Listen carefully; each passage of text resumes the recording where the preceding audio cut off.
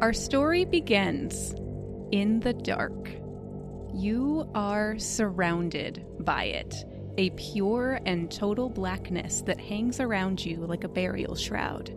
Though intangible, you can almost feel it pressing against the bare skin of your arms, worming its way into your nose, into your mouth, tightening inside of your throat. The sound of your own breath is twisted down here, eerie and echoing. And you are far down. And try not to think about the tons of rock hanging just above your head. In the distance, you hear the familiar chorus of pickaxes, the squealing wheels of coal carts, the occasional shout from a driver boy.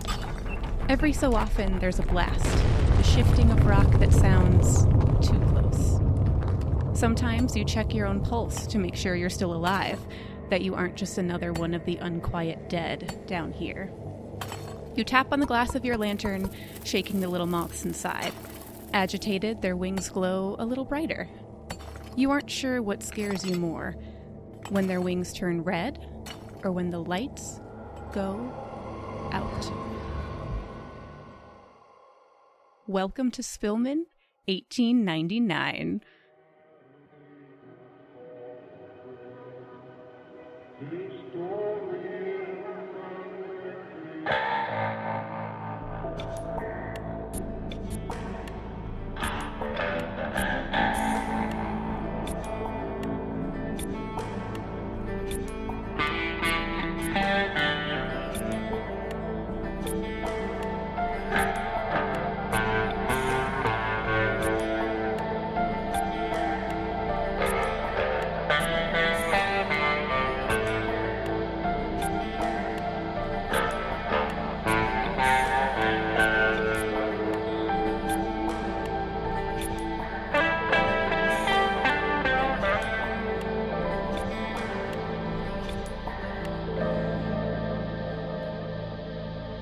Oh boy, what a fun place! Story in my memory.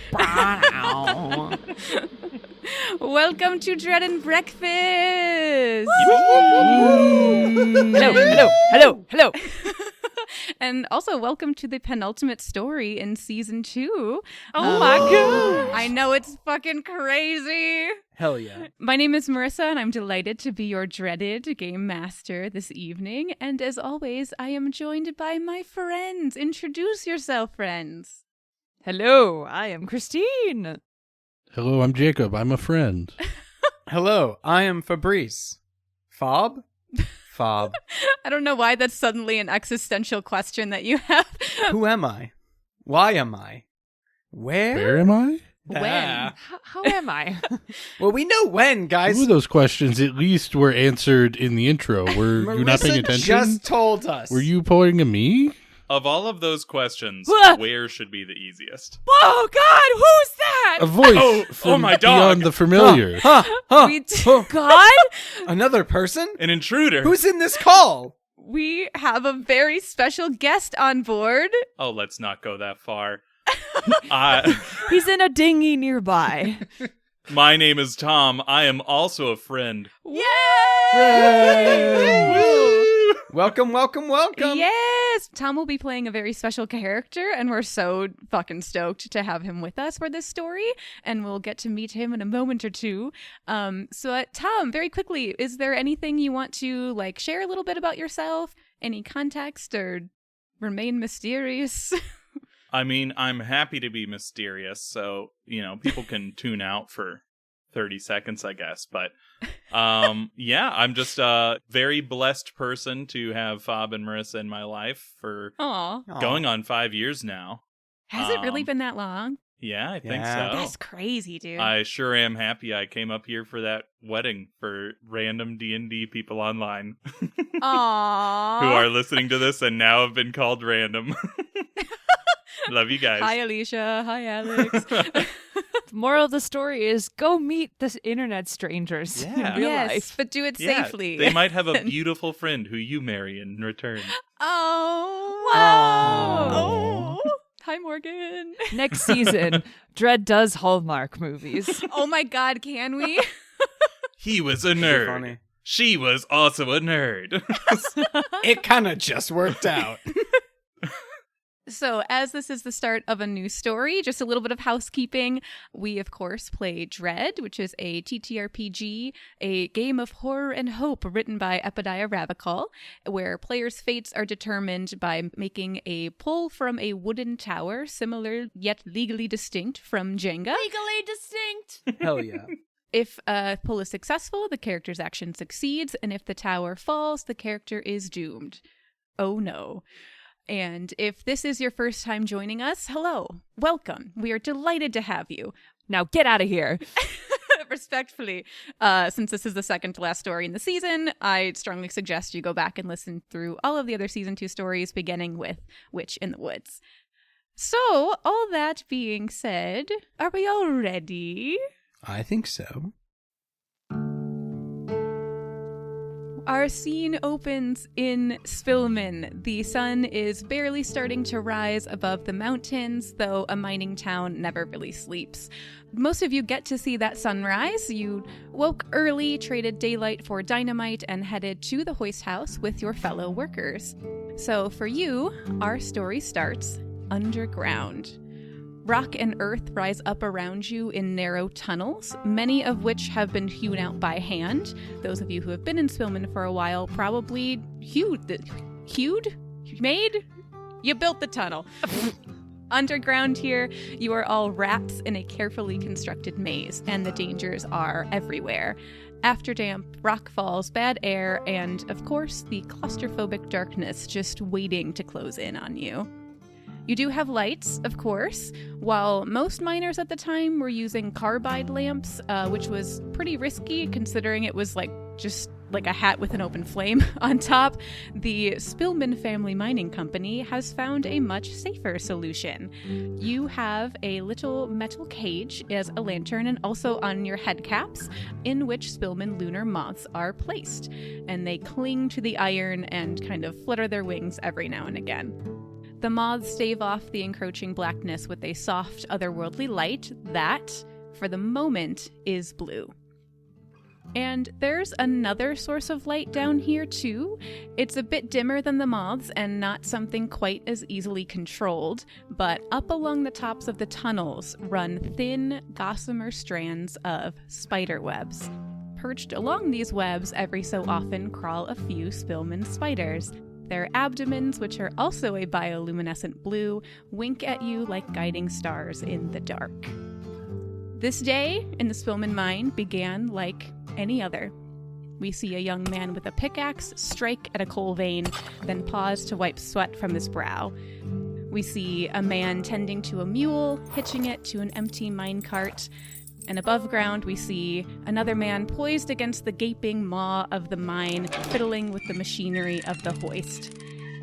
And we see another man, a lot of testosterone this story, I guess. It's just a bunch of dudes. Just a bunch of dudes being guys. We see one final man leaning slightly on a coalwood walking stick as he strides across town.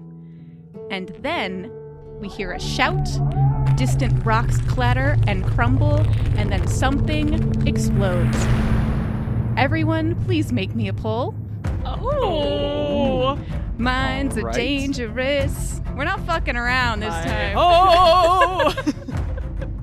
All right. Gentlemen, it's been a pleasure knowing you. That would be really funny if we beefed it in character creation. Just immediately, all just... I sacrificed myself. Actually, though, Mr. President, get down! I run actively into the blast. Amazing. Like a moth to the flame. Ooh, that's nice on a lot of levels. Yeah. But perfect. Thank you, all of you, for making successful pulls. So the explosion sends shockwaves throughout the tunnels that you are in, and the rock around you shakes violently. The man with the pickaxe stumbles and falls, dropping his pick as chunks of rock begin to crumble from the ceiling, striking the ground around him. Christine, who do we see? Well, you just see a little lad. Yes! Thomas Owen Gindersberger's the name. Nice to meet you. is he just a little guy and it's his birthday? Oh, maybe it's his birthday. It's easy to lose track of the days down here. How long has it been? 32, 33? He's not sure. You see a young man who is strong as heck, strapping young man. He wears the uniform of the Spillman Family Mining Company, gray slacks, and a gray long-sleeve shirt with his cap on. From underneath the cap, you see slight curls of orange hair. Oh. He feels the blast. He stumbles a little bit, uses his pick to catch himself, and he looks up and he looks around, and his hand flies to a medallion around his neck, and he says, "Oh, Saint Barbara, help us all." Ooh, I love that. And around you, like, usually when there's an explosion in the mine, there is a shockwave, there is the, like, ensuing rock fallout, and then things settle down. Things are not settling down. Things are still crumbling and falling around you, and above you, those spider webs have started to, like, blink faster in almost like a SOS pattern. And what you would all have been trained to know is an alarm, essentially. Evacuation notice? And also, you feel like a rush of air kind of sweep past you as the ventilation under here shifts.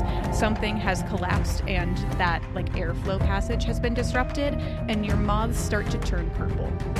Yes, Tom? I'm just curious, are the spiders going down with the ship, or are they also evacuating? They're, like, blinking, and they seem to kind of be waiting to see what Thomas Owen will do. God bless those spiders, man. Sacrificing themselves.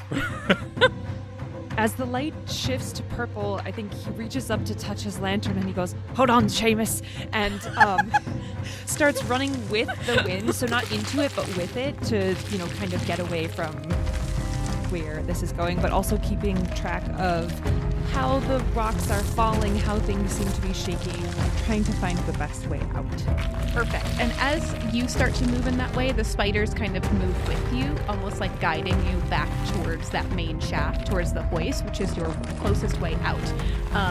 The explosion has ended, but it has created a lot of cracks and unsteadiness that, like, each movement, there's still crumbling happening, but you seem to be running away from the, like, worst of the blast and the fallout. But as you duck down the tunnel, there's, like, one more turn before you start heading down the straightaway to the hoist. You hear someone crying for help down a side passage. What's the air pattern down that passage? Like, can I tell? Do I feel wind coming out of the passage, or is it still the same as around me? It's mostly the same. Like, most of the bad air has been coming at your back. It hasn't, like, made its way down that tunnel yet. Okay. We're all so scared, dear listener, already. As much as he would love to be a hero, he is a seasoned miner, and if it's not someone in his crew, if it's someone down the hall, there's no reason losing 2 souls when maybe it might only be 1, and so he heads towards the hoist. Ooh. This is the grim reality of working in the mine. All right, so Thomas Owen, you ignore those cries and you dash towards the hoist. There are other miners now running in the same direction from this level. There are 7 levels in the Spillman mine, each at increments of 100 feet. You're currently on level 3, and so you need to get raised 300 feet up and out to safety. 300 feet, you say? 300 feet!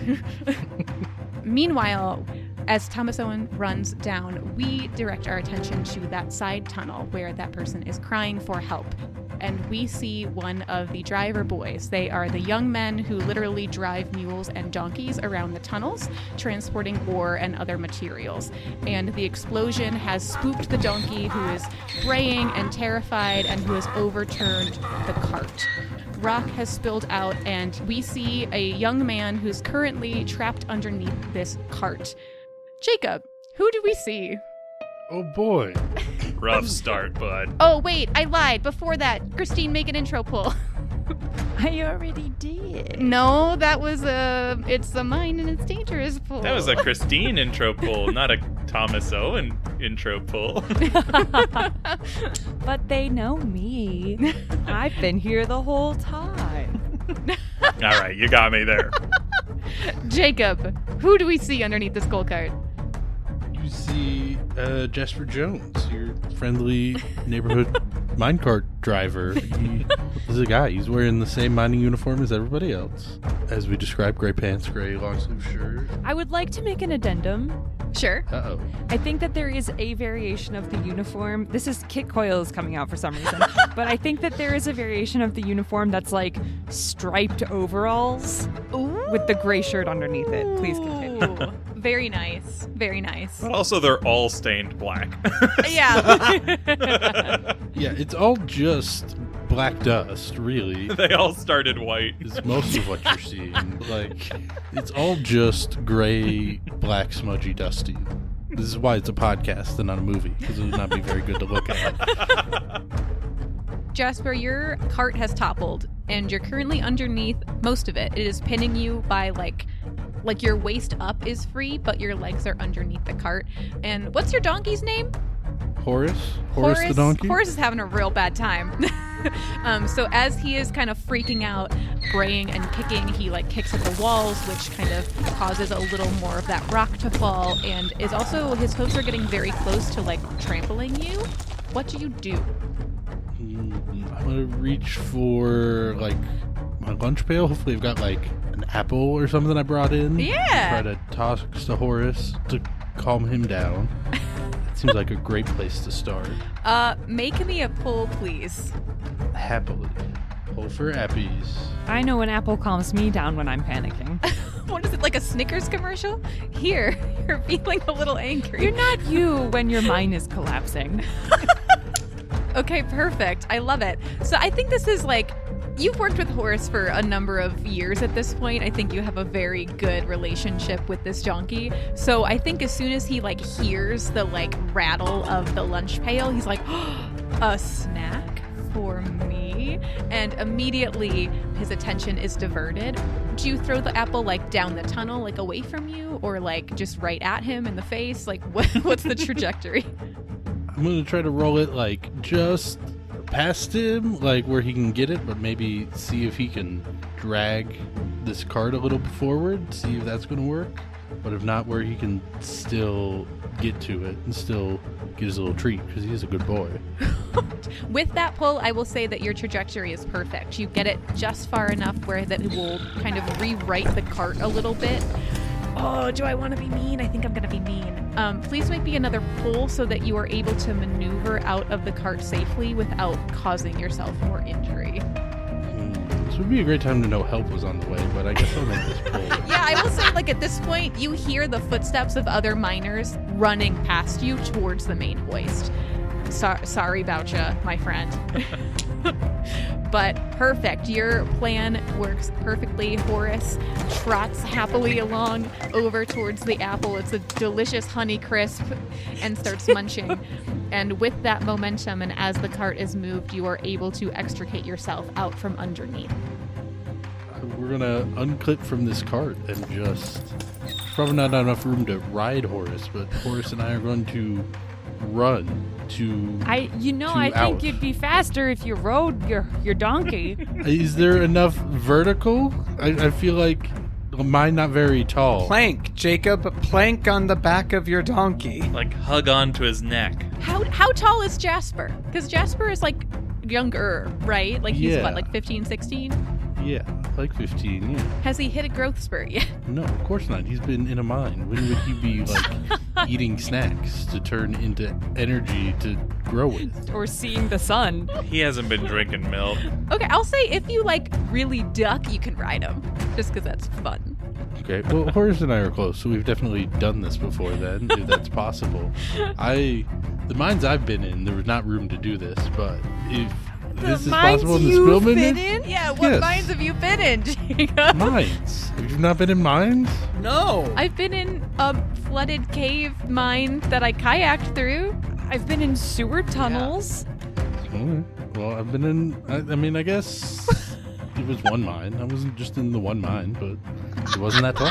I will say, because this is where you are transporting coal and things like that, I think it has been widened enough and heightened enough to account for livestock. Some of the other like exploratory tunnels and things like that probably are way too narrow for this, but because you're in more of like a main thoroughfare, yeah, fuck it. You and Horace gallop beautifully towards towards the hoist. And as you are getting towards that central shaft, there is shouting all around you. It is deafening in here. It is echoing off of the tunnel walls. You can taste your fellow miners' panic and can make out shouts of cave-in and bad air and collapse and the rot. But you, along with Thomas Owen and a group of other miners, reach the main shaft and reach the hoist. The hoist is a metal cage. Picture like a rickety, terrifying elevator without doors, just like metal railings that gets raised and lowered up by the hoistman above ground. Do you bring Horace onto the hoist with you? No, we're going by the mine I was in. Pretty sure Horace lives down here. All right. I don't think the journey down was a good time for Horace. I think that's once in a lifetime thing.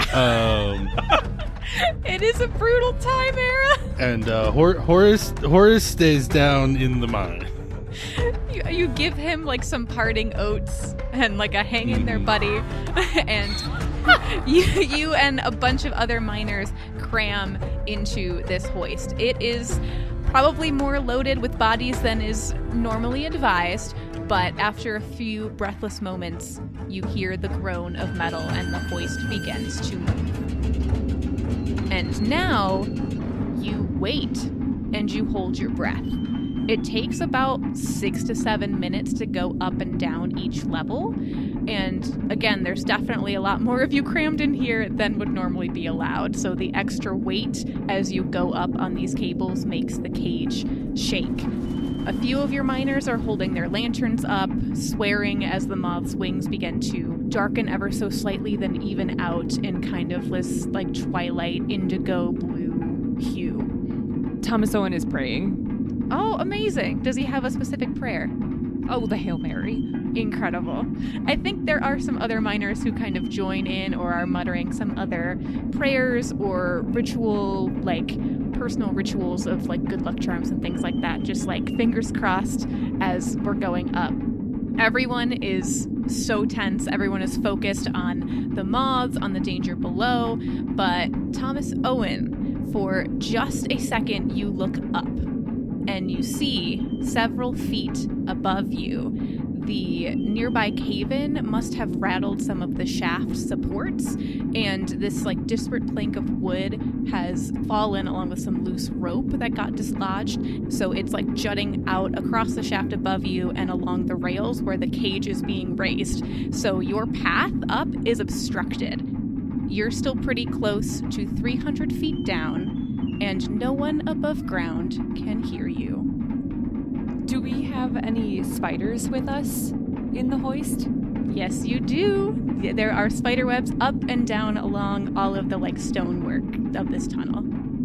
I think Thomas, since arriving in Spillman, has not understood a single thing about the ways that the insects work here. So fair.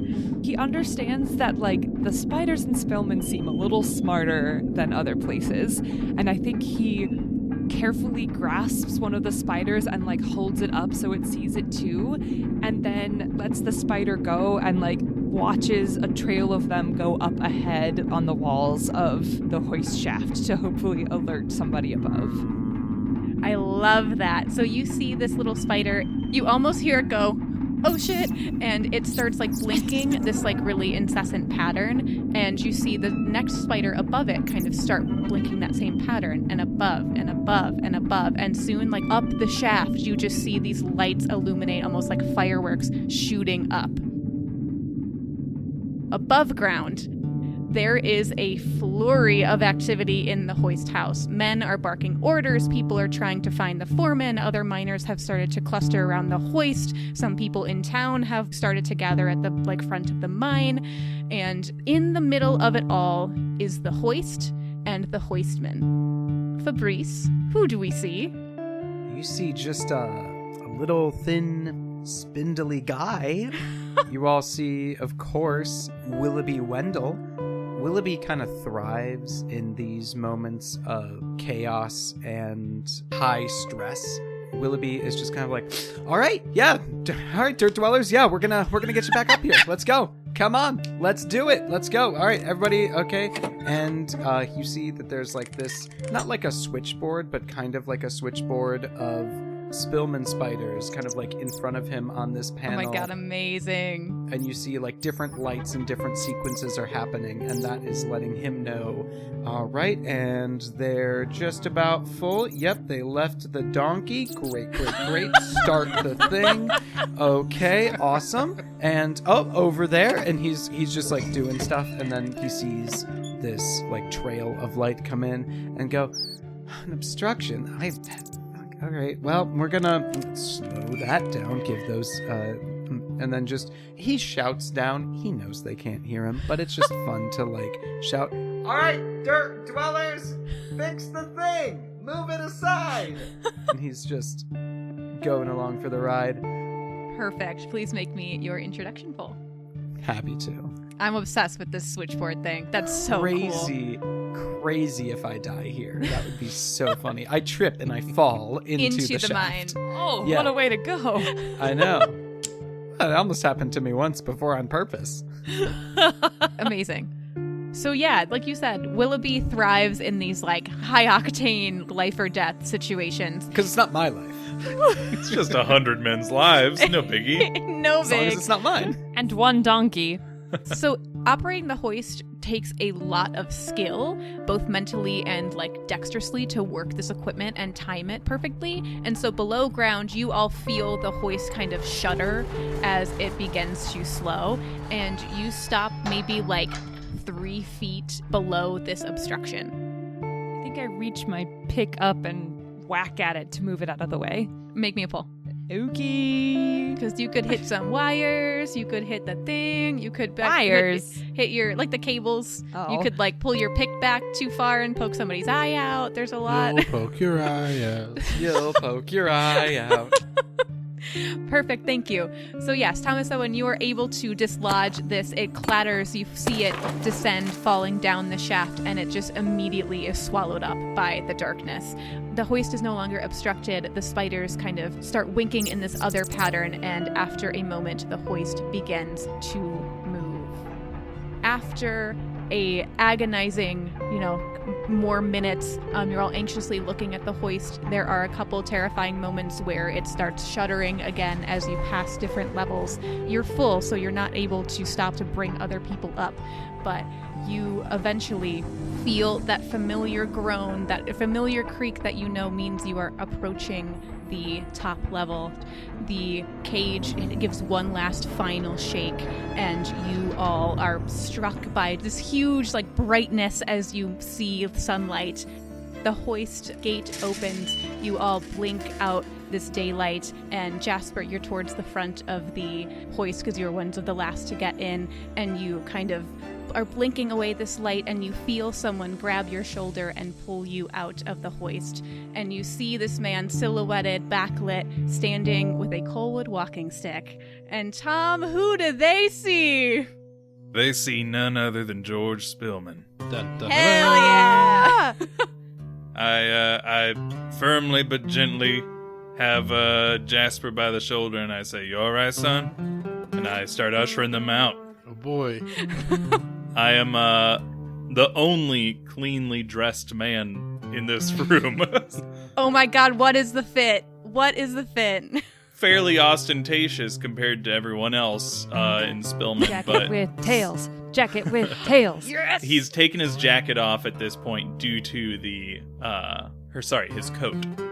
He took his coat off during the whole hullabaloo and was kind of doing what he could while also probably just kind of getting in the way a little bit, like most bosses that try to get hands-on. Classic management. Yeah.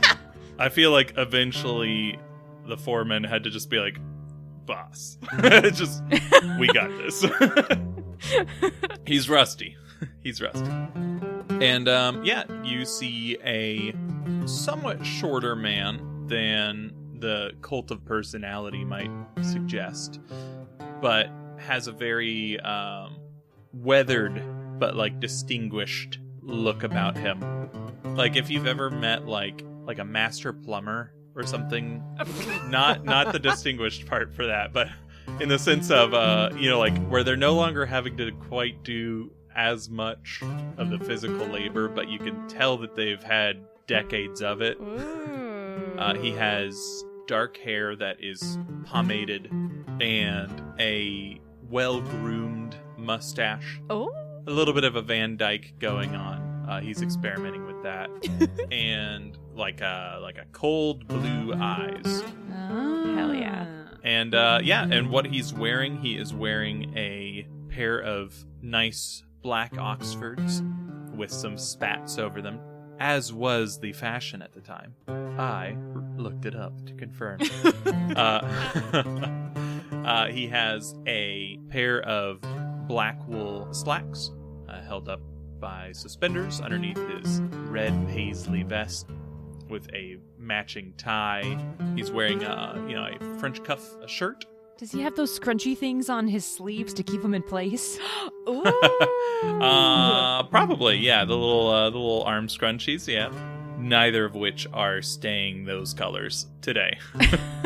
Yeah, I mean, already just with getting the first person out, he's already getting coal dust all over him. Oh, yeah. And on his left hand, he has, as always, his wedding ring.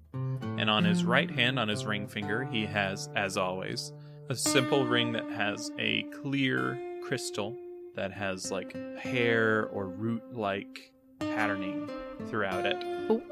And that hand is clasping his signature walking stick. Amazing. Tom, please make me an introduction pull. Oh, I know. Bum bum. God, can you imagine if it happened now? I sacrificed myself. I dive down into the underneath the already rescued men. I'm coming, Horace! No donkey left behind. While Tom is pulling, I would like to take a brief moment to introduce a very special nuance, a very special ability, let's say, that Tom will have as a player for this story. Because he is playing George Spillman, this like huge folk hero, Tom will have the ability to delegate one pull to each of the rest of you. So essentially, if George Spillman is ever required to make a pull, he can instead force one of the other players to pull in his place. He can only do it once per player, and it has to be narratively justified. So, like, you can't make Jacob pull if Jacob isn't in the scene with you. You know what I mean? And the player will still have the ability to refuse the pull, but they will incur the consequences instead of George. And also, as a player, Tom, you do get an I know a guy. Hey. Please don't hurt me. Oh! I mean, I know the whole town. That's so distressing to me personally. Ugh. But yes, so George, you what did you say to Jasper? You said like, "Are you all right, son?" As you kind of help him out. Yeah. we're okay. I think it's something happened, but we're out here now. You're all right now. And more people, the miners are really just like stampeding out of the hoist because they're like, get me the fuck out of here. I'm getting out of the way. Initially, I'm trying to shake hands. I'm quickly realizing this is a bad idea. You are just a boss in the way. I'm like counting down going, all right, they should all be out of there in about 15 seconds. And then I can start it back down because we got more dudes in the dirt. But yes, like as like this like stampede of people is coming out of the hoist, your foreman, which would you like to describe, Piotr? Yeah, Piotr is a stocky, burly man who is nearly as wide as he is tall. Amazing. 6 feet in both directions. Mr. 555. Closer to 4.5 feet wide and 5 feet tall. Holy shit. He is a unit who you can overlook. He is a bald Polish man, or we can say Romanian. It's gonna be whatever comes out of my mouth. Eastern European. Eastern European. He claims to be Polish, but who knows? He never hangs out with the other Poles, though, so. It's so crazy. And he just has this, like, big, bushy black beard that covers most of his mouth up, and he is just a dwarf through and through. Amazing. So as you're like in the flurry of these people, I think wordlessly, Piotr just like, you feel his arm around you and he just gently like, I want to say he like picks you up by the shoulders and just deposits you off to the side as respectfully as he can. It's just like, we're going to have you sit over here. It is very dangerous to be right there, please. And just for a fun little flavor, I'm going to say that it's Tuesday, Tom, and Tuesday is when you have Tuesday is when you have one of your children shadow Piotr for their learning experience. Which of your sons is here today? Oh, which one's the one with the teeth? Oh, I think that's how George separates them in his brain.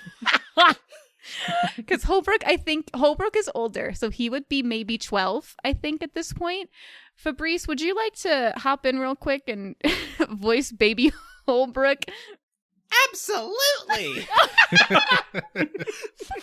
So he's standing, I think, off to the side with now George, like watching this like traumatic scene unfold. Wowee, gee willikers, this is just terrible.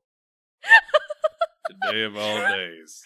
I love that every story, Fob's just like a little twerp kid, and he's so good at it. I'm just little Holbrook. I talk with all my teeth. For context, I know people can't see this, but Fob has like the best and worst face possible. It's like a puppet was given teeth. Yeah. But George, is there anything that you do as the owner to oversee this evacuation effort?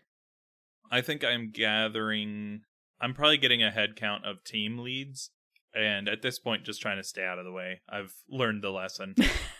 Holbrook tries to get in the way. Holbrook is trying to grab Holbrook like, by the collar. Make a pull. I'm going. I got this, Dad. Don't worry. You do not got this. Did you tell Tom to make a pull? Yeah, make a pull. It's Holbrook. Fuck yeah. If it was Colin, it'd probably be fine. Control your child. It's life or death. I'll pull. Just imagining George like picking him up by the collar, and Holbrook's like mid-air, just like swinging all of his limbs. Like, oh, he's 100% Scrappy Doo right now. Holbrook Spillman, if you do not cut this out right now, I will beat your ass. oh, And then I will send you to Mother, and she will not give you dessert. Not dessert. But Daddy, I love my dessert. I love my tum-tums and my yum-yums. Then sit It's yum-yums down. in my tum-tum, Daddy. Then sit down. But I want to help. You are no help. You have no skills. That's why you're shadowing Piotr. But Piotr's helping. Why are you not helping, Papa? Do you not have skills too? There's such a thing as too many cooks in the kitchen. And sometimes the best thing you can do is get out of the way of the people who know what they're doing right now. Especially in an emergency. Is there someone else I can go get to help? What, like a Noah guy? No, I'm just wondering if there is someone else that I could get to help. someone else's daddy? Oh, wait, no, the hoist dad. Yeah, I'll send him to go get Mr. Wendell, is what I'll... Wendell Sr. Daddy Wendell? Yeah. Daddy? What is Wendell Sr.'s first name? What do you want Wendell Sr.'s first name to be? Wagyu beef. Wagyu Wendell? Wagyu Wendell. Got it in one. I hold on. Wolfgang. Wolfgang. That's very Wendell's good. All right, Jacob wins. Wolfgang Wendell. Yeah, so you would know that Wolfgang Wendell is the like hoist operator before Willoughby, and he also runs the like blacksmithery in town. Oh, also, I made an old-timey Spillman 1899 map that we'll share on Discord or Instagram or somewhere. How exciting. Check out our Instagram, D&B Pod, and join us on Discord. It's free. It's free. We'd love to have you. But there's like a blacksmithery, like machinist shop where they make all of the like components for the hoist and the mine and different like industrial things. And so he is very much like a tinkerer person who runs that. If the mine is in like the top left corner of the map, the blacksmithery place is like essentially straight down but across town. So it'll probably take Holbrook a minute or two to get there and back. That's perfect. I'll go real fast. No need. Take your time. I sure won't. Go get Wolfgang and make sure you don't leave him behind, because he's older. Mr. Wolfgang! Oh, Mr. Wolfgang! Oh, Mr. Wolfgang! Oh, Mr. Wolfgang! And Holbrook disappears into the crowd. Willoughby, you kind of get the last one more round of people up out of the hoist. Things seem to have calmed down underground. At least there are no more subsequent shockwaves that you can hear from the miners coming up and from the spiders who are giving you those signals. And this is not the mining disaster, but it's a Tuesday. You know, it's a mining oopsie. It's an oopsie, but still something that word of it has spread very quickly. So all of you are kind of gathering outside the front of the mine, kind of awaiting orders and awaiting like damage control. And some people from the town have gathered as well, kind of flocking there to see if their loved ones have survived, essentially. And in the crowd, Christine, you see a woman who is so very, very, very, very, very pregnant, like waddling away to the front of the crowd, shouting and like looking for you desperately. Thomas Owen, Thomas, Lacey. And she like runs up to you and like just fully like tackles you. I hope not. She's very pregnant. In a pregnant woman way. She, you know. So she just kind of waddles a little more and suplexes him. Bumper cars into you rather than. That's not a kind way to refer to a pregnant woman. I think Thomas gathers up his wife, his life in his arms. And as he's hugging her, he's like, "Oh, Lacey, I'm sorry I'm getting your nice dress all sooty." "Oh, don't mind that. Are you all right, man? What happened? There was shouting and there was explosions and..." I'm all right, love. And she's like taking off your mining cap and like, you know, like tossing your hair, and she... Careful of Seamus. Oh, he's so good. Seamus the moth like flutters his little wing. He does like a little backflip in midair, like, pew! It's a rad moth. But she holds your face in her hands, and like her like palms are getting like so sooty, and I think she just kind of presses your foreheads together, and you just have like a moment of like breathing in relief that you are okay. How are you doing today, love? Oh, you barely survived a mine collapsing and you're worried about me. Oh, love. This baby's been kicking me non-stop since this morning, but other than that, I'm fine. When's your next appointment? I was hoping she'd stop by sometime this afternoon, but all this going on, I think she might have her hands full. Well, odds are likely that she's around here somewhere. Jacob, where are you in this, like, mass standstill gathering of people? I mean, not an exciting answer, but just blending into the crowd. Like, he's not asking questions, but he's listening. Ooh, interesting. Do you have a little notebook that you're writing things down in, perhaps?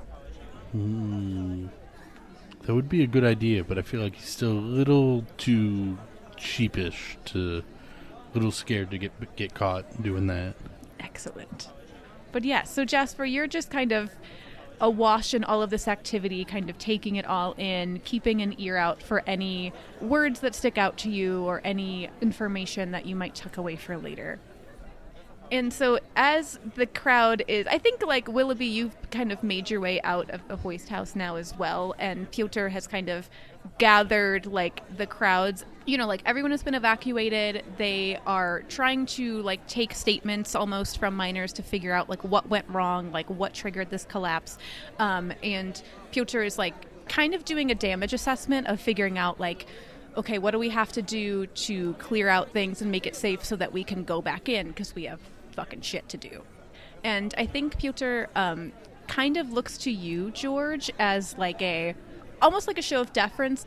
He like looks over to you, George, and he says, Mr. Spillman, would you like to say anything to the men, or shall we proceed with usual procedures? How many dead? Any? So far, we are very lucky. Well, the word is still out on the donkey, but as far as humans go, no loss of life reported, sir. Good. All right. Well, I'll address the men shortly, since it's relatively good news. And George, as you are having this conversation with Piotr, the entire gathering stops as you hear a voice shrill with anger just call out, George! And pushing her way through the miners, you see a woman in a gray dress with a high collar and cinched sleeves. Her black hair is swept back and pinned with a very striking crystal hairpin. She is carrying this like wicker basket that is laden with mushrooms and flowers and herbs that almost fall out as she is like in her haste just marching over. And Eloise Blackburn approaches you. And for the first time we've seen her this season, she is very much alive. The crowd like parts for her, and there's almost like a hush that goes over like the crowd. I think as Thomas sees her, unconsciously his hand moves to his wife's stomach. The moment George hears that voice, because he's like facing away from her right now, I imagine, and he just like, one, kind of like startles him, not because of the volume, but because of the voice itself. Ooh. He knows who's calling his name. And that startle is replaced with anger very quickly. And he just like rolls his eyes and just, what? I am busy. And she like, without breaking stride, gets like right up in your face, like pretty close to you, and like not hiding, not being like subtle, not being like discreet in any way. She says, what were they doing so far into that tunnel? The spiders have been telling me it was close to collapse for weeks. You knew that. We talked about it. Well, I imagine they were mining for coal. As I've told you, Georgie, there are plenty of coal veins down there and plenty of tunnels in which to find them. When it becomes too dangerous, we stop sending human souls down there. So, why exactly were they that far down on level 3? Well, I'll address it with my experts, and you can address it with your spiders. And I will ask my men why exactly they were being sent that far down on level 3. Would that make you happy, Eloise?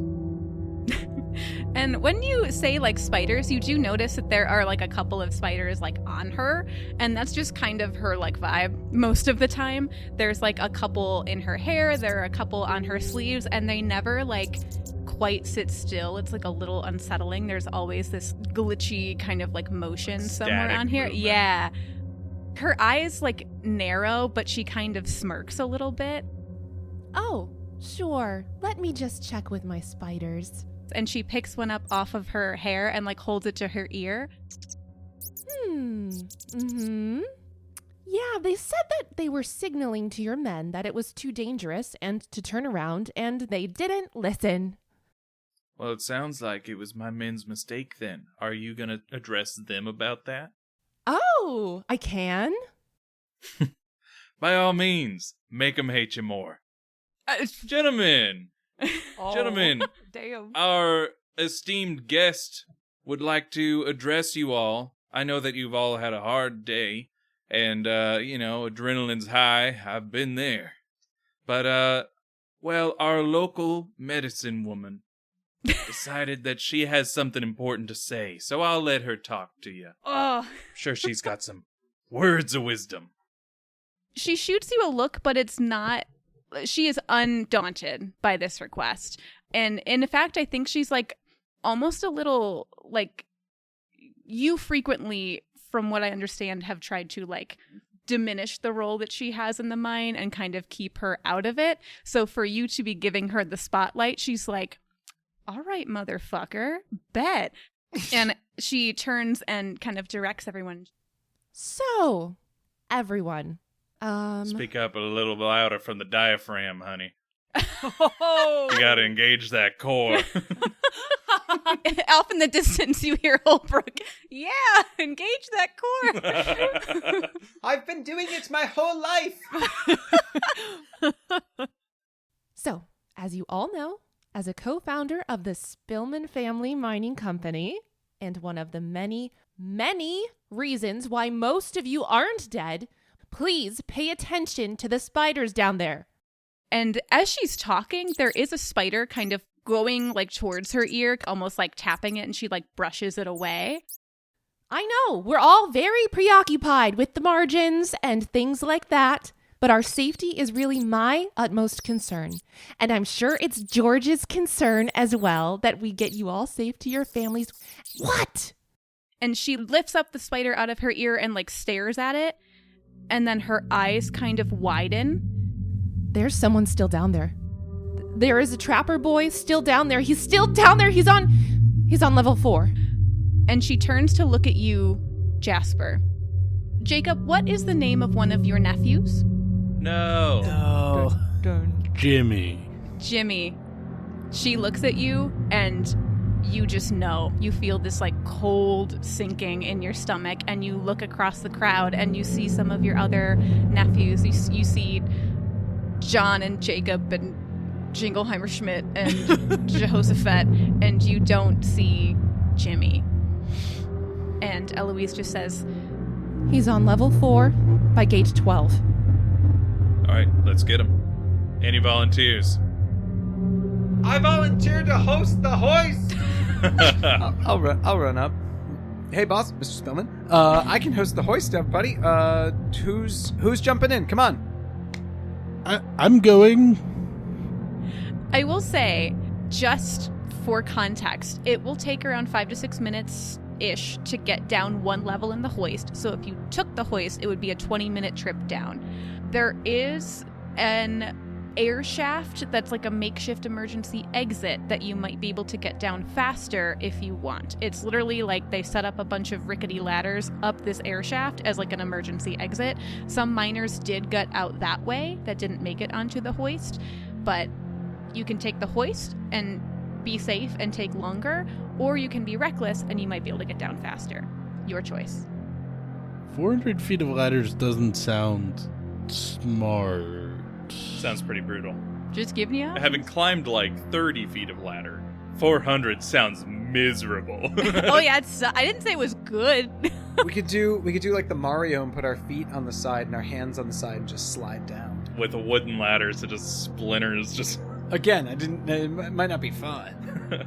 Time is short. What are you doing? We're going to get him. I'm like already in the basket of the hoist. Like, All right. we're grabbing, hopefully there's some shovels or pickaxes or some such tools of mine doing around. We've grabbed them. Yeah, in the hoist house, there's like a row of like equipment that people like pick up their pick every morning and put it back. So yeah, you grab somebody's random pick, whatever, and you're in the hoist. Is anyone else coming with you? I will give, $50 would be like a huge chunk of change. $50 is more money than you have, maybe. And whole dollar. I'll do $20 Ooh, per person willing to go in. wowza. That counts for me, though, right, boss? I'll give you 5 because you did very well. Generous man. Generous man. And you know what? Actually, since you brought it up, instead of waiting for me to bring it up, another 5 on top. Interesting. Making a note. Likes it when I ask for money. Are there any takers? Then I take off my vest and I get in the hoist. Oh shit. Oh. All right. Wow. With your walking stick? Oh yeah. I can't walk that well without it. Boys trip. I imagine I look over at Pete and I say, keep them all in line. Yes, sir, Mr. Spillman. Good luck. And the hoist starts lowering. Willoughby, you do this every day. Are you doing anything to try to expedite the process? Yeah, we've done expedited descents before, so I know how to let go of the safety brake for a while and let them just kind of like go into free fall for a second before like slowly bringing it back online so they don't just like jerk to a... Yeah, well, okay. I mean, Marissa, I don't know if you see in my character sheet, but it does say a rootin' tootin' son of a bitch. So does this letting go of the safety brake, though? that feels very rootin' tootin' son of a bitchin', you know? Emphasis on the root and toot. I also Yeah. saw on his character sheet that it said distressingly good at operating the hoist. Oh, Yeah, okay. it did say I'm it so did say one sorry. bitchin' hoist boy. I could pull it up. No. No, I'm making it no, full. it's all good. You can trust us. Please don't look at it. It's like, oh, crazy. Google Docs says it was edited 5 seconds ago by Fabrice. What? That's so crazy. Yeah, he forgot an apostrophe somewhere. Yeah. I forgot to put my name at the bottom. That was don't worry about it. Okay, perfect. Then, great. So you are able to do this, like, buck wild, not advised under most circumstances, like maneuvers, and taking a lot of liberties with the safety. George and Jasper, what is it like going down this hoist? What are you feeling like? What is the one sensation that sticks with you during this 20-minute descent? I am feeling myself start to breathe faster and faster, and my heart rate rising. George has not been down here in several years, and the last time was not good. Thankfully, it's dark, so Jasper can't see that his knuckles are white on his walking stick right now. I think Jasper's kind of almost the opposite. Like, he was white hot with rage when he heard about this and, like, jumped right into action. But now, with this kind of long, extended period of having to wait, like, his heart rate's calming down a little bit. We're starting to formulate a plan, picture kind of the route we have to take to get to this spot in the mine, this particular gate we've got to get to, the path, formulating a plan. Yeah, because Jasper, like, as a driver, like, you're in and out of so many tunnels on so many levels, carting around ore and rock debris and things like that. So you have an almost uncanny sense of the underground layout down here. Other than speaking to each other to kind of formulate this game plan, do you say anything to each other? Because this is kind of like a surreal pairing, right? Like, we have this legendary folk hero founder and this, like, 15-year-old kid. Jasper, right? Yes. It's crazy nobody else is coming down here with us. It should be like a plan or a team in place to get everybody out, don't you think? Jacob, don't you worry. Don't you fucking worry. I think that's a good idea. However, the guys that would be willing to do that probably be demanding quite a bit of money. Even when I did offer quite a bit of money, no one was willing to go. Unfortunately, there's just only so much you can do about cowardice. Maybe it's because they know it's not so safe down here. Like, they know stuff's not right. Like, there could be more done to keep us all safe. Every day down here is like a ticking time bomb. Sounds a little bit like union talk, my man. Sounds like you've been putting a lot of thought into this, huh? And Jasper's kind of realizing who he's talking to. Like, this kind of just came out in the heat of the moment now and is pulling back. It's like, it's people talk. I mean, I've heard people say things. I'm just saying what I've heard people say, I guess. But I don't know. No one's down here. That says something. It does. Thank you for being honest. I imagine you never were around when I was down here on the regular, but things have changed in the years since. I'll take it under advisement and see if I could talk to Pinkerton. He tends to only listen when I bring up the bottom dollar, bottom line, whatever you want to call it. But it's bad for business if people keep dying and tunnels keep collapsing. I clap him on the back. Takes guts to talk to your boss's boss like that. Respect. Keep it up. In his head, he's just like, it's a shame he's too young for my daughter. That's so funny. I let go of the release just for another half second, just to give him a little shake on the way down. The first one, I'm sure. Yeah. The first one they've ever had. And at that moment, you guys arrive down at the level. Yeah, Willoughby, you get them down smooth as silk. And I don't know if I'd say that. What are you talking about? I pulled Jacob. It was a smooth as fucking silk ride.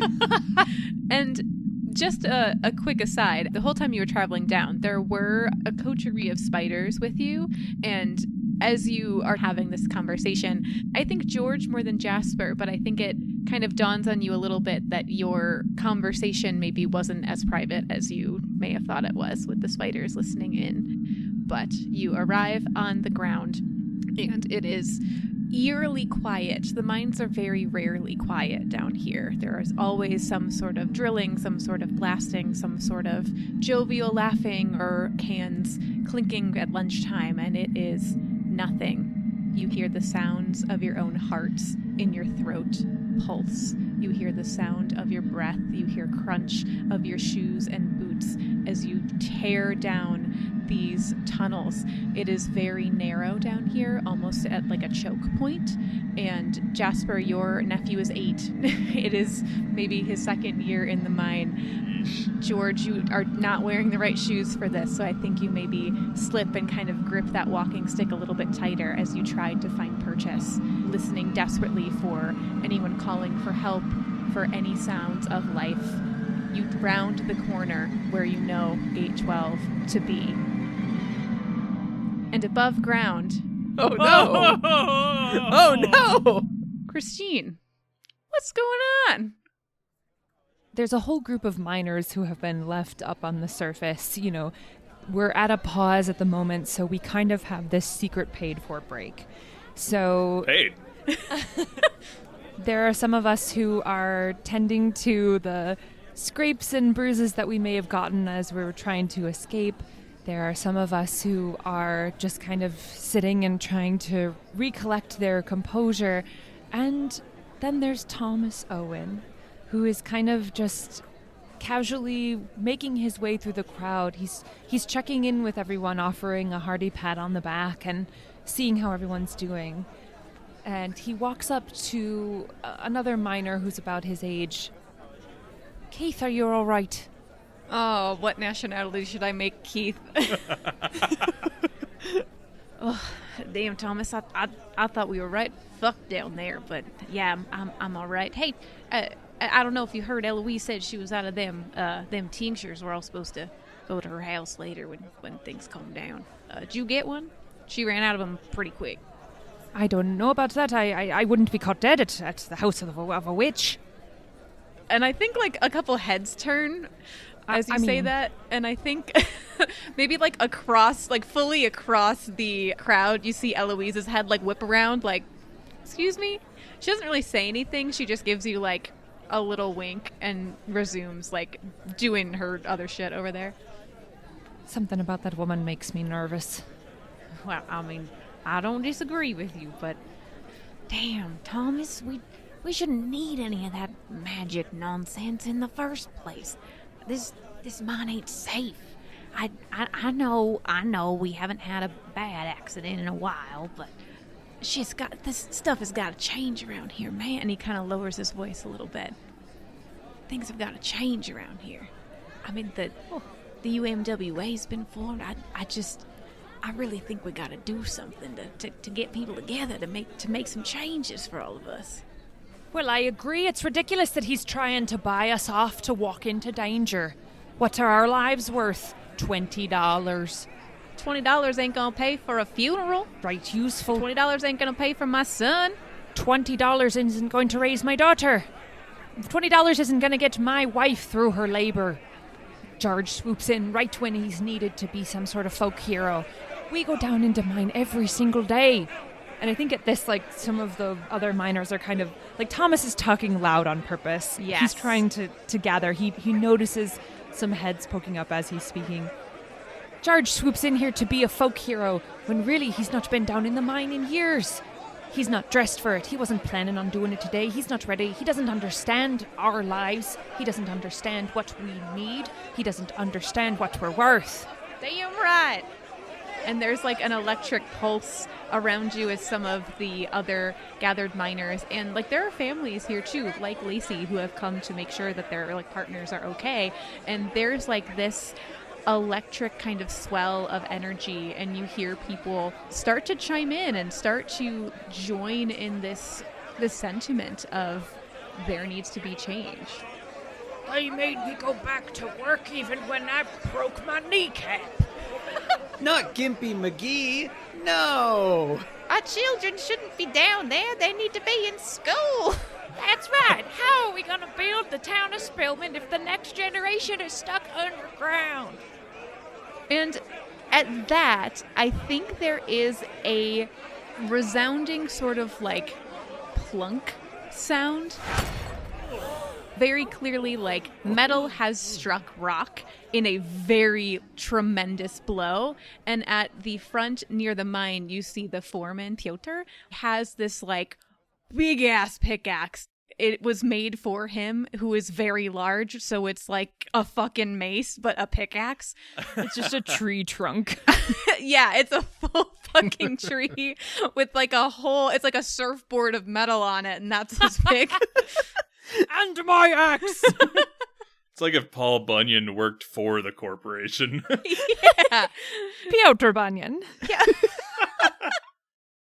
But he has very definitively made this huge sound, and the crowd kind of hushes a little bit. And in a very even tone, looking directly at you, Thomas, he says, I would advise that we focus on recovery and rebuilding. This is not social hour, Mr. Owen. It's Mr. Gendelsperger to you. There's no way I can say that in this accent, but thank you. It's difficult for me too, believe me.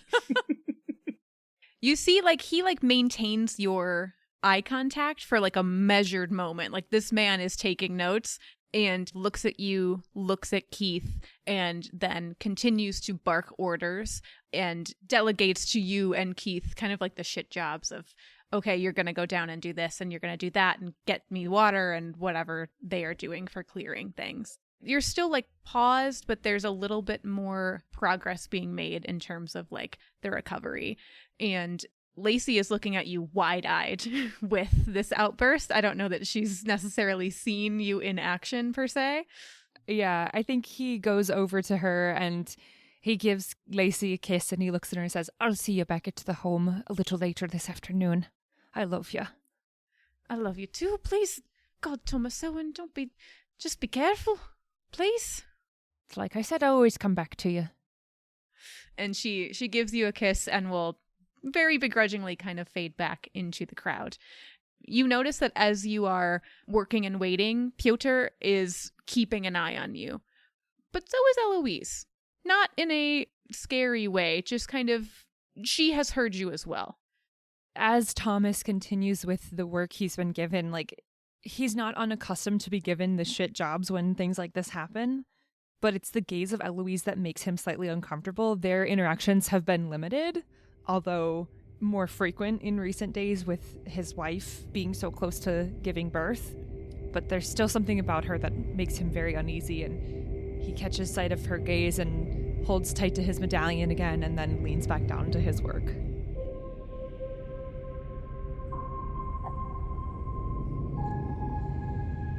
So underground, George and Jasper, you are in this narrow tunnel. It is one of the much more narrow ones because usually there's only minecarts and children coming down this way. You see that the explosion has led this one to partially collapse. The blast was on the level above it, so this has kind of triggered down. Large trunks of rock litter the ground like tombstones, and it has damaged the mine tracks. Jacob, please describe your nephew. I mean, he's like any 6-year-old little boy. He's happy little boy, full of joy whenever he's, allowed to not be in a mine, shoveling coal around, opening little doors in complete darkness for weeks at a time. Shit. When he, gets to be out in the sunlight, he just likes to play with his ball or his hoop and stick or whatever fun new invention of exciting new technology, such as bigger ball, or perhaps we're all the way to bicycle. Yeah, there's probably bikes. There's definitely bigger ball. They have ball 2.0. Bigger and ballier. Yeah, I don't see Spillman having bicycle money. There's rumors that the Spillman kids have ball 3.0. Oh, shit. Oh my god. But it's only rumors. It's only rumors. No one's ever seen it. Anyway, he's a boy with a great imagination. So you see a little boy. You see a small child covered head to foot in coal dust. So like the trapper boy's job is like literally opening and closing a door to let mine carts come in and out. It's a very dangerous job because of the ventilation. There's a lot of higher risk of being exposed to bad air, and also if he's not fast enough, he could get like run over by a mine cart. What's happened here is that things have collapsed and the rubble has partially wedged that trap door open. The mine cart is toppled and your nephew is on the ground unconscious. His lantern lies shattered around him. There's glass everywhere, and the moths are fluttering wildly around, and they are all blood red. Grab boy, run. Yeah. Thankfully, he's very small. To make me a pull to extricate this young tiny child from glass and crumpled rock and no good time. Jimmy! Excellent. Thank you, Jasper. You vault over these rocks. You pick up Jimmy. He looks like he hit either a rock hit his head or something. There's a big like welt on his like forehead, and you start making your way back to the hoist. You also do feel that like ventilation, kind of like Thomas Owen felt earlier with that bad air coming out that trap door. George or Jasper, are you doing anything with that, or are you just getting the fuck out? I'm gonna try and close it. Make me a pull. Pull. Okie dokie. Pull. I'm sorry there's so many pulls in the first Don't episode. be. I kind of regret This is that. the name of the game, baby. I know, but okay, awesome. right. This is the most dangerous shit our characters have done. Like day-to-day dangerous. That's so fair. It's not like pull to see if your mom will let you go out with your friends. Different era, different genre. But okay, George, describe to me how you are trying to do this, because like the rock has partially crumpled the metal, so it's not gonna be like a perfect fit, and there's still some rubble in the way. Yeah, so I am going to essentially using my walking stick to get a little bit of extra leverage, hopefully without breaking it. I am going to like use that to leverage some of the remaining rubble out of the way, and then just use the fact that unlike the other two boys down here, I am neither an 8-year-old nor a 15-year-old. I am a grown man with grown man mass, and I will be shoulder checking this repeatedly until I get it rammed closed. Perfect. So with that pull, you do just that. Your shoulder aches. Like you can tell that you are going to be sore and you're going to be bruised. It's a good thing I don't do this every day. But through this like Herculean effort, you are shoving this closed. As you do that, you feel something that is not wholly unfamiliar to you. You have been in the mines before, you have experienced this sensation before, and it starts in the back of your throat. It starts feeling almost like there's this coppery, warm ash that has settled in the back of your throat. Like, you know how you get chills? It's like that, but if those chills were explosions of little fires like prickling all over your skin. And you know what bad air feels like. You know what the rot feels like. I didn't expect this to happen this early. Interesting. So, George, as you are heaving it, you're feeling the sensation building. You're feeling these sensations take over. I'll say you have maybe like 1 or 2 more good shoves to get it fully sealed. Do you retreat or do you continue? I'm gonna do it. George is a man of focus and tunnel vision. Hey. So since you pulled to do it, I will say that you do it no problem.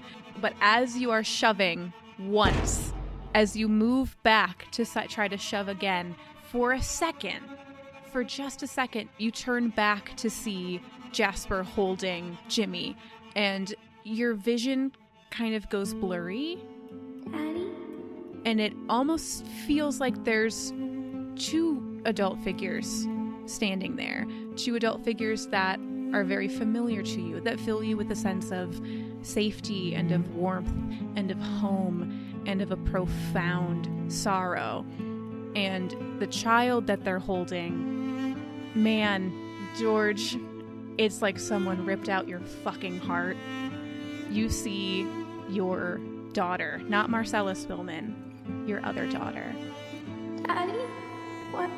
Why did you let me die? Why didn't you save me? Why didn't you save me, Daddy? Daddy! And in a flash, you bash the trapdoor closed. And you center yourself, you swallow, that sensation is gone, and when you turn, it is Jasper and Jimmy again. I wipe a couple tears from my eyes as I jog as quickly as I can to keep up with him. He knows the tunnels better than me these days. And the two of you make it back to the hoist. You see those lights of spiders alerting up to the little spider switchboard where Willoughby, you see the signal is they're loaded and ready to go. Oh god, it's time. Okay, yeah, man. It took him a while. That's something weird must have happened down there, I guess. All right, well. You're so chill. It's, Oh, they probably want the accelerated up. We'll just go ahead and make a turn pull. off the safety. Make a pull, dude. Like you can't. Bum, bum. I'm gonna get my boss up here quick as possible. We're gonna just. I don't even know if there is like a turbo setting on old hoist, but Oh, I installed it. Don't worry. Don't you worry. I put it in. Nitrous oxide was already existing. It was just a party Yeah. drug. 100%. Can I look to the spiders and tell them, please tell Eloise that I am sorry for the attitude, and if she could make 3 antidotes ready for us. The spider blinks in a way that means, yeah, right. Sick. And that message is kind of like repeated up the chain. He's very reluctant, though. I go, they breathed in the, hate that for them. Oh boy. Well. I love that Willoughby's just like a gossipy tart just to himself. Like in the hoist. Just to me. Muttering. Ooh, honey, no. Or maybe there's one spider that's your buddy who's just sitting with you as like the gossip spider. Roger. He's got a little cup of tea. The gossip spider. Go spin, girl. Oh, well, actually, hold on. Wait, even on turbo setting, I've got at least 5 minutes until they get back up to the top. I'll be right back. And I go run to Eloise. What? Oh. I can be back in I can be back in 5. I can be back in 5. Okay. Oh my god. Actually, rip. As long as I'm back, they'll never know. Oh, I look at the spider. I look at Roger. Roger the spider. Okay. Uh-huh. Uh-huh. I go, you got this. And I run. Roger hops on like the lever and like blinks really rapidly in a way that means I don't fucking got this, my dude. Where are you going? I don't know it means that. Actually, I don't know it means that. Roger's the size of a quarter. I'm like, Roger, that's it, buddy. And You're in charge. He starts like spinning webs around like the pulley thing to make it like pull down still. Like there's a lot of panic going on. Not yet, bud. Not yet. You've got 3 minutes and 34, 33, 32 seconds before you got to do that. God. I'll be back before that happens. Okay. You run out. People start looking at you, and like Piotr and like Eloise, like everyone's looking at you because they're like, what? I just go up to Eloise. Hi. Hey, hi. Just if I could Could I see you in the hoist house? See me in the hoist house. Ooh, please. Sure. Cool. And I run back to the hoist house. Gossip immediately everywhere. 20, 22, 25. See, buddy, I told you we'd get this. Roger is like cartoon. There's like a bead of sweat like running down Roger's face, like losing his fucking mind. I also think Piotr would follow you in there as well because he's like, this isn't fucking right at all. That's fine. And he brings this giant pickaxe too. Like, Yeah, I'm about to 100%. kill a man if this goes wrong. No, it's Piotr. It's fine, Piotr. So, do you take the machine back from the spider? yeah, Make a pull. You abandoned the mechanism. I don't think you can do that. I've abandoned my boy. I've abandoned my hoist. I came back to my boy. Speaking of your boy, Jasper and George, as you pass level here, you hear some distant like braying of like, hello, from Horace. Oh yeah, wait. I maybe I slow it down at level 3. They might want to get the donkey. I don't know. Give them the option. No, you're past that. You're past that, my Come on, dude. Horace. Come on, jump. He's not slowing it down. Jump, Horace, jump. I hold out my arms. Catch Horace. I'll be damned if that donkey dies. Yeah, fuck it. Horace is in the hoist now. Sure. Great. Okay, so you have resumed control of the hoist. Nothing has gone wrong. I take back control of the hoist. I say, Roger, told you got it. You're going to be a star one day. So, Eloise, they breathed in some bad air, and they are going to need help soon. Uh-huh. I don't have any on me, so I'm going to run to my cottage, tell them and anyone else who would like some to come visit me within the next half hour or so. Should be ready very soon. Got it. Is that it? That was the thing. Okay, great. What, did you want more? Roger over here is doing a great job. And I fist bump Roger. Roger like fist bumps you and then fully just like passes out from stress and just lies belly up staring at the ceiling like And I looked at Eloise pointing at him, Roger, such a prankster. He always was. she says, a little like wistfully. And she looks at you, kind of glances down into the hole and says, Well, I'll see them and anyone else who wants a tincture at my house. And, tell Georgie to watch his leg. His limp was a little bad today. and will walk off. I'm absolutely not going to say that to my boss, but you're free to tell him at your house at your leisure. And I think at that, the hoist starts. You hear the rattle of it reaching the top. And I have to disengage turbo mode Yes, so they you don't have come the like disengage rocketing turbo through mode. the ceiling. Yeah, I'm not trying to blast them off to the moon, so we just gotta... Now I'm very busy with like the levers and dials. We're just like holding a... You guys are seeing the light like approaching very quickly.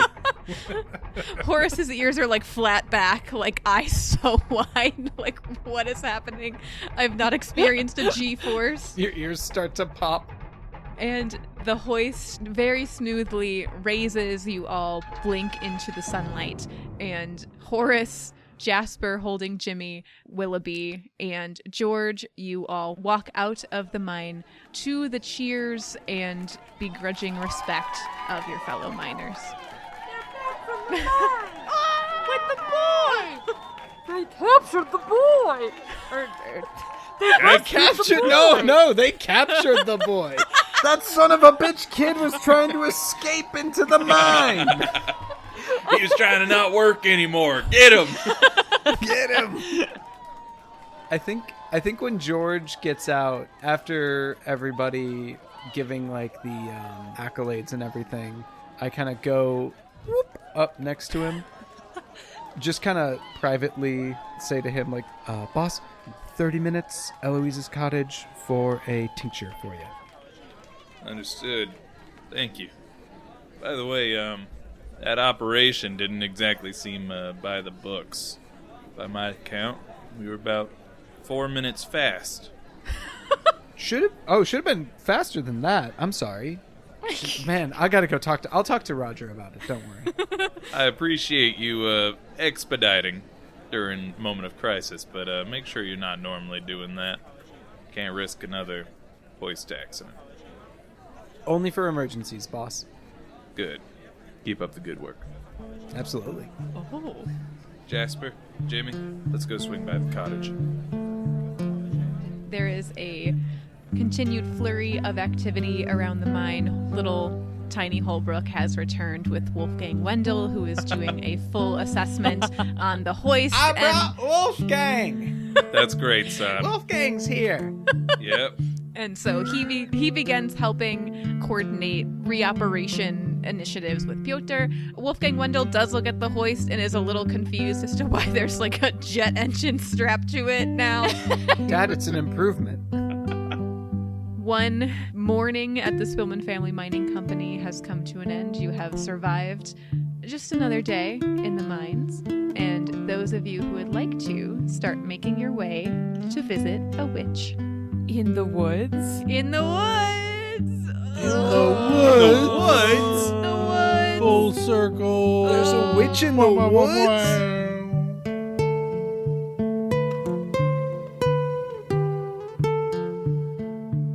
Who are we sponsored by? This episode brought to you by Christmas, which according to my advent calendar is tomorrow. It's not tonight. Oh, yay!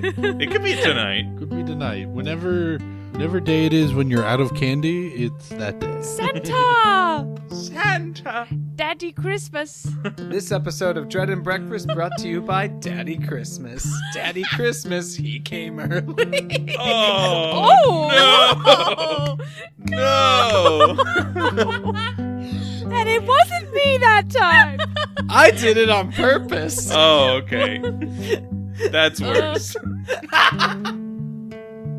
There's absolutely nothing that I could possibly say to follow that, so thank you so much for listening to Dread and Breakfast, and thank you for tolerating my terrible, terrible accents. I would like to think that they marginally improve as the story goes on, but you can be the judge of that. This episode featured our friend Tom Lamar as George Spillman, and oh my goodness, we cannot thank Tom enough for being on board with us for this story. It has been an absolute joy and an honor to collaborate with him into building out George, and he just did a fucking phenomenal job.